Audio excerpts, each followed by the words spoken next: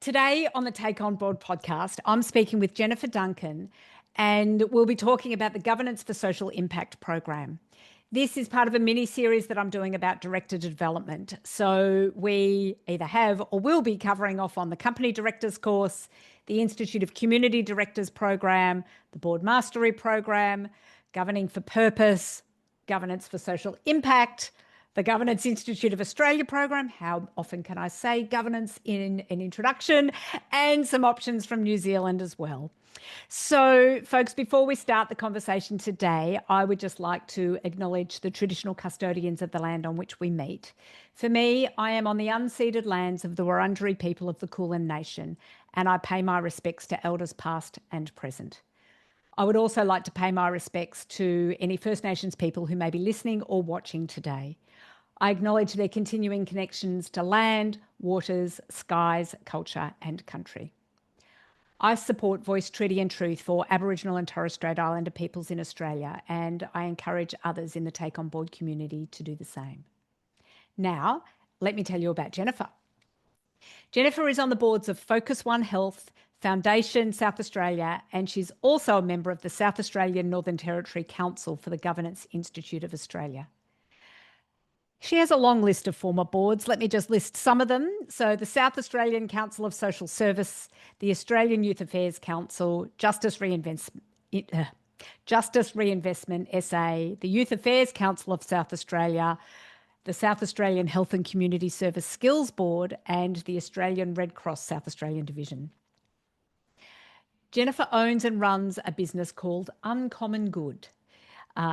This business provides consultancy and ongoing support to philanthropic foundations and not-for-profit organisations, predominantly in South Australia, and she focuses on strategy design and implementation. Her work is informed by almost 20 years in leadership roles within the for-purpose sector and her passionate commitment to leaving this world a better place than she found it. So Jennifer, welcome back to the Take On Board podcast. Thank you, Helia. And I'd also like to acknowledge that I'm here in Tantania, Adelaide, and I'm on the lands of the Kaurna people. And I'd also like to acknowledge elders past and present. Thank you. It is awesome to have you here today coming from Kaurna country. So, in fact, I'm wondering, last time that I had you on the podcast, actually, what was our topic last time, Jennifer? I can't recall. It was a long time ago. Imposter syndrome was a big part of what we were talking about. There you go. And it was one of those, in-person conversations on the couch. In my lounge room. That's right. Are you in the same house now as when we recorded that last? I am. I'm a room over. There you go. Love it. Okay. Well, I'll feel like I'm settling in to the conversation on the couch, even though I'm, as I said earlier, on Wurundjeri country and you're on Kaurna country, but we will just pretend for the moment that we're on the couch. The metaphorical couch. Exactly. So, Jennifer, before we dig into the Governance for Social Impact program, which I'm very keen to hear about, but before we go there, as always, let's dig a little bit deeper about you. Can you tell me, what was young Jennifer like? And when did you get your first inkling that you might end up in the boardroom?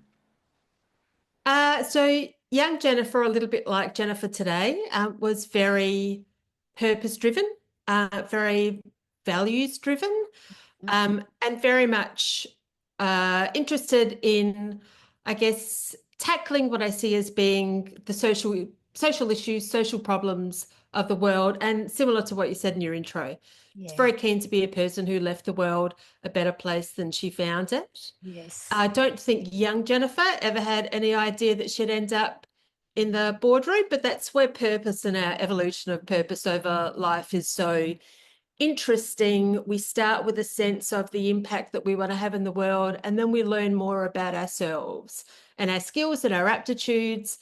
And those also lead us in this kind of a beautiful convergence of purpose. And it turns out that my skills and aptitudes led me to the boardroom as a place where I would try to have the kind of impact that I've always wanted to have.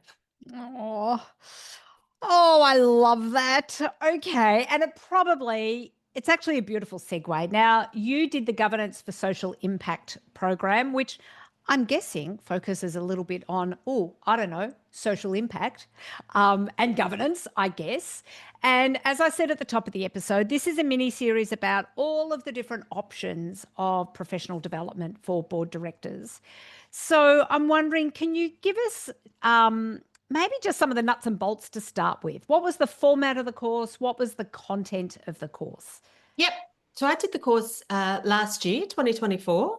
Mm-hmm. It's a 3-week course, though very easily could have been a 6-week course, given all of the content that's in it.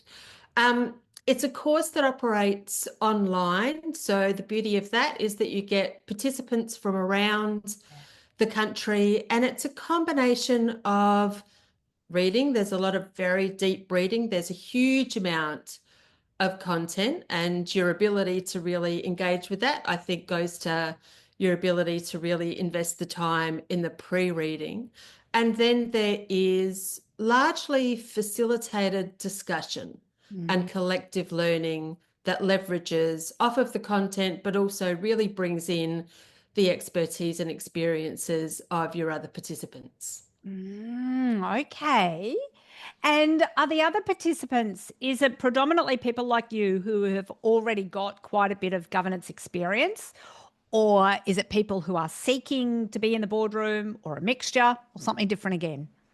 Yeah, interestingly, it's very much when you look at the literature around the course, it's very much directed towards directors of not-for-profit organizations. But I would actually say that the bulk of participants were senior leaders within not-for-profit organizations Okay. who perhaps were led to it because they report to a board or work directly with a board and are seeking to elevate their understanding of governance concepts that they can bring into their discussions with their board Yes. around how to hardwire that issue of organizational purpose and values into governance discussions.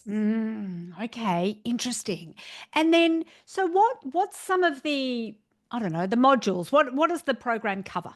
Yeah, so there are 3 key topics, Mm-hmm. but lots of topics that sit within them, again, because of the great wealth of content there. So the first session is around systems leadership. So that's a session that's really about encouraging organizations to view themselves in context within the systems and areas of change that they seek to impact. Consider the role that organizations can play within the system, kind of going beyond those sort of funding-based activities and outputs that we really spend a lot of our time thinking about, Mm-hmm. and start moving their thinking towards the social change purpose that our not-for-profit organizations were really created for. So within the course, they refer to this as level 3 governance. So level 1 governance bases itself around fiduciary responsibility. Level 2 governance is about organizational performance. And level 3 governance is about systems impact. So we talk about strategies for supporting organizations to go beyond responding to symptoms and to start looking at the underlying causes of social issues that the organization has emerged to address and the role that the organization can play in pursuing systems change. So Interesting. it's kind of, yeah, really more of a sort of holistic way of thinking about organizational mission. Um, and I think really consistent with the principle that all not-for-profits should be working towards, which is that we should be working towards our redundancy because Oh, we're solving problems rather than just mitigating them. oh, wouldn't that be awesome? I've told this story, in fact, even possibly in our previous conversation, but I was for my first, well, depending on how you count it, my first board was the YWCA, and our purpose was to improve the lives of women by ending inequality. I cannot wait for the day that the YWCA is out of business because we have true gender equality. That would be awesome. Yeah. Been around for more than 100 years and probably not quite there yet, but like you say, would love that day. So I love that this program is around that in a way. I love it. Okay. What were some of the things that stood out for you? What were some of the things that got you thinking about governance differently? Look, I suppose in many ways, one of the things that I really appreciated about the course is that it put a lot of language and models and research around some of the values that brought me to working in not-for-profits Yes. in the first place. Yep. I think this continual orientation back towards mission and purpose. Yeah. A lot of the governance courses that exist are around business models that lead to profitability. Mm. And whilst I recognise that that's an important framing for not-for-profit organisations, I also think that that framing can sometimes detract or distract us from this issue of purpose and what are the risks that we should be taking as organisations in pursuit of purpose. Another topic that was discussed, and this was discussed in the second section, which was the mission-led governance section, was around the issue of scale. Now, scale is a really big topic for all of us in the not-for-profit sector, and there tends to be one particular model of scale that all of those conversations congregate around, which is organisational scale. Yep. But the course offered us some different ways of thinking about scale with an orientation towards scaling impacts and the fact that scaling impact and scaling an organization are not necessarily kind of mutually inclusive concepts, that Mm. you can scale impact whilst remaining small and potentially niche, depending on what your purpose is. Yes. I also find that very interesting because we have a lot of conversations within the not-for-profit sector about how we scale up, but Mm. we have few to no conversations within the sector around how we might responsibly scale down in order to ensure that we're oriented towards our purpose. Yes. And then, there were also things in the third section, the beneficiary-centric leadership section, that I really appreciated. So that was very much around maintaining our orientation on the interests of beneficiaries, the needs of beneficiaries, the voice of beneficiaries. Mm. And for me, that really highlighted the fact that, we often use this people-centric phrase. We use it a lot. We use it to a point that I think that sometimes it becomes a meaningless, an empty vessel of words, because they're the words that we use, but they're not necessarily the words that we live. Yeah. And this, I think, was a section that really highlighted for me the fact that if you're going to use that set of words, you really need to embed that value in all elements of your practice and decision making. And that does mean that you will come up against external systems and ways of thinking that are incompatible. And the challenge for us as organisations is in how we navigate that Yeah. to ensure that we have sustainability that we require, if sustainability is what we require in order to deliver on Yeah. our purpose, rather than, I guess, continually compromise in the face of the external systems and structures and worldviews and pushbacks that we sometimes get.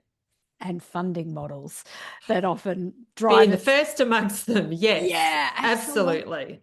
Interesting. Okay. Actually, and I should have asked this earlier. Who runs this program? So this is run by the Centre for Social Impact. Okay. Can you tell us a little bit about the Centre for Social Impact?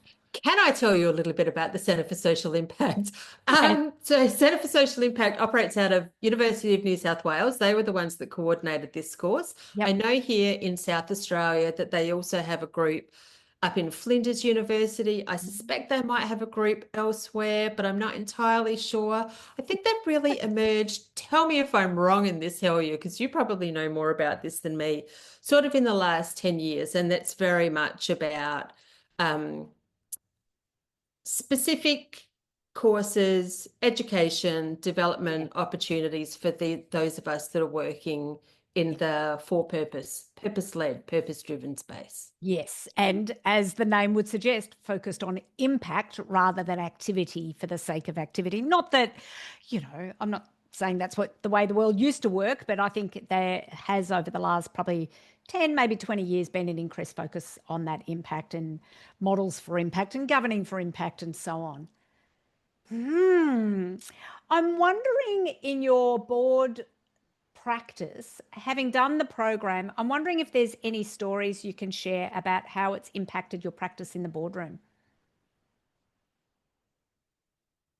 Look, I think it's probably impacted my practice in a couple of different areas. So one of the things that I do in my business is work with not-for-profit organisations, and a lot of that work does sit around governance and strategy. Yeah. So these models around within the framing that's delivered in the course, defining your end game, Yeah. not just having your sense of mission, Mm. but having a sense of sort of that longer term point on the horizon that you're working towards in all of the things that you do.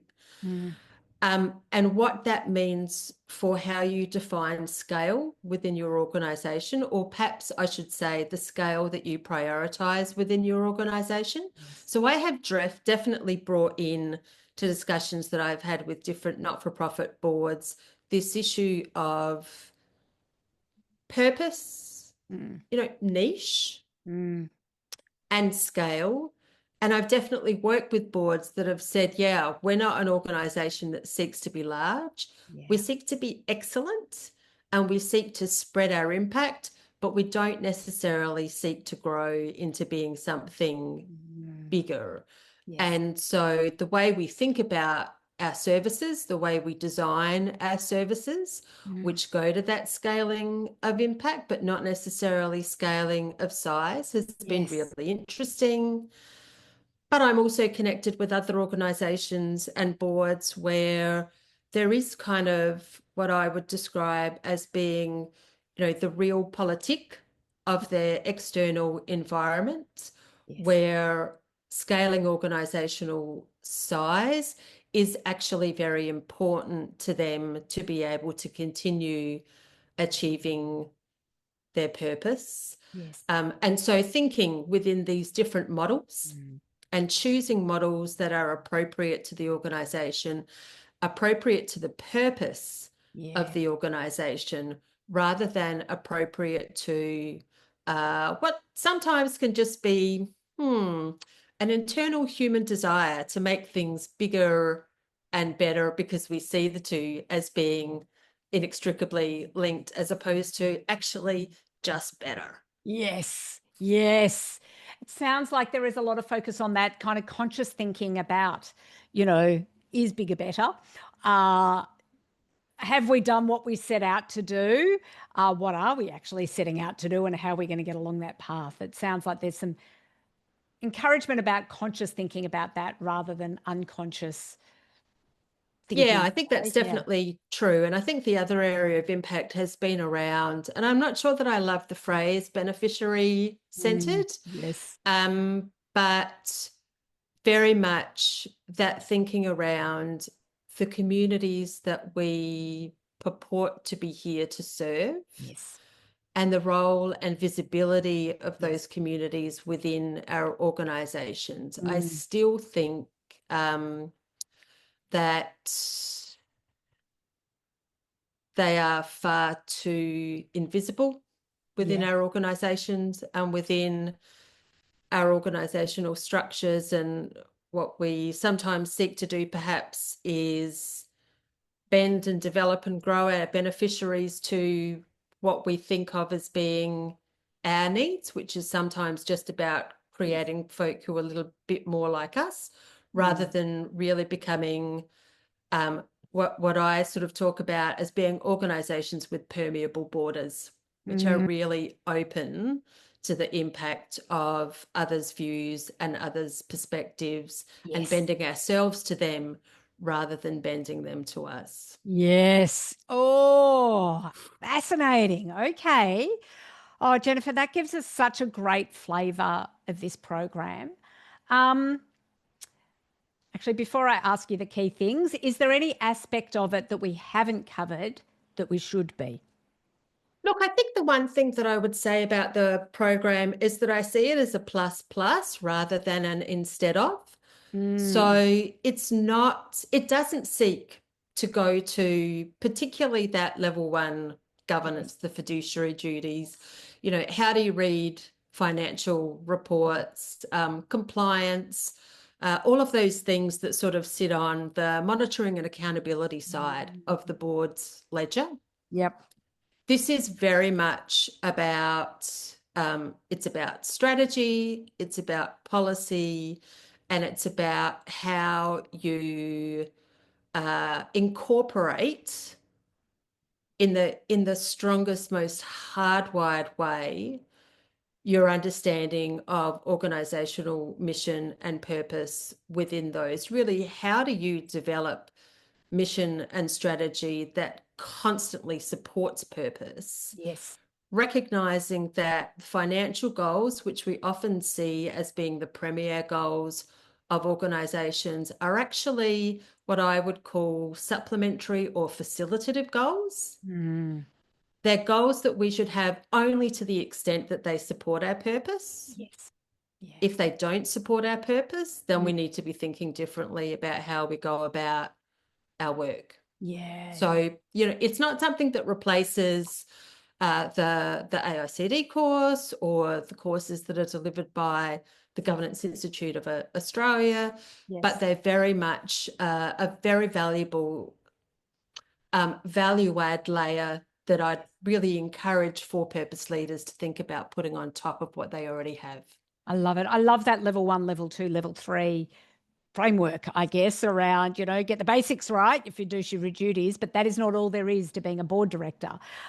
There's level two, organizational performance, and then there's level three about systems impact. And in my head, I also put in that level three, I know it's not their framework, but I'll add to it, like that self-reflection and what you need to do as a director individually to make sure that we have that good performance in the boardroom as well. So, yeah. 100%. And Yeah. actually, the beneficiary centric leadership Mm. component also touches on the topic of adaptive directorship, Yeah, which I right. think, you know, could Great. stand Yes. alone as a topic on itself. But I Yes. think that that goes to what you've just talked about there, Helia. Yeah, It absolutely. does. It's like the slice of the pie that's missing from a Yes. lot of those other courses. Absolutely.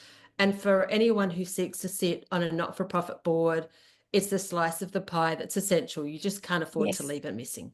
Yes, I love it. And I think it is sometimes that fiduciary duties part of it is presented as that's what being a board director is. But I love that it's part of it, but not all of it. Yeah. Love. Oh, Jennifer, so useful to have this conversation. What are the key things you want people to take away from the conversation that we've had today? Look, I think for purpose leaders in particular, the thing I'd really like you to take away is just kind of this reminder Mm, um, that purpose driven means purpose driven, yeah. and that there are risks in running not for profit or purpose driven organizations. And I think the task that falls upon us as board directors is understanding which risks exist and which are the risks that we should be taking. In Yes. fact, which are the risks that we need to be taking Yeah. if we really are to remain true to our purpose. Yeah. We get very driven by external factors, and funding absolutely sits there at the top of them. Whilst a lot of the conversation within the sector has moved towards outcomes and impact, and to some extent that language has been adopted by funders, the mechanisms that a lot of funders still use to support our organisations are Yeah. not oriented towards impact and outcomes. They're very much oriented towards tasks, activities, widgets, we might call them, when we're Yes. completing our funding reports. Mm-hmm. And so the onus and responsibility really sits in our individual boardrooms to make sure that we are thinking about our organisations not just as ameliorators or mitigators of effects, Yes. but that we are reminding ourselves that we are we represent or we are custodians in our time in the board of organisations that were formed for purpose, Yeah. and we must never let go of that sense of purpose and to use that as our constant orientation and guiding light in every decision that we make. Yeah, nice. Thank you. Now, we will put a link to this program in the show notes. Is there any other, and in fact, now that I think of it, we'll put a link to my former conversation with you in the show notes as well. Is there any other resource you would like to share with the Take On Board community? Look, I just think there have been some terrific resources developed by the Centre for Social Impact, and also Social Ventures Australia has done some very interesting resources that I'm sure we can find online and include the links on. And the other resource, and this is, I hadn't really thought about this until we were having this conversation, Helia, but the other resource that I would really encourage people to go to before they go to anything else is Robert Greenleaf's Servant Leadership. Ah, yes, great.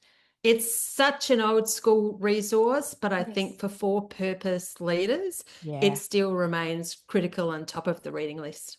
Excellent. I will put a link to that in the show notes as well. Oh, Jennifer, thank you. Thank you for answering the call, both teeing up somebody for me for the Governance Institute program and also this one, stepping up and doing it at rather short notice. So thank you so much for sharing your wisdom with the Take On Board community today. It's been a super pleasure, Helia. Thanks for having me back.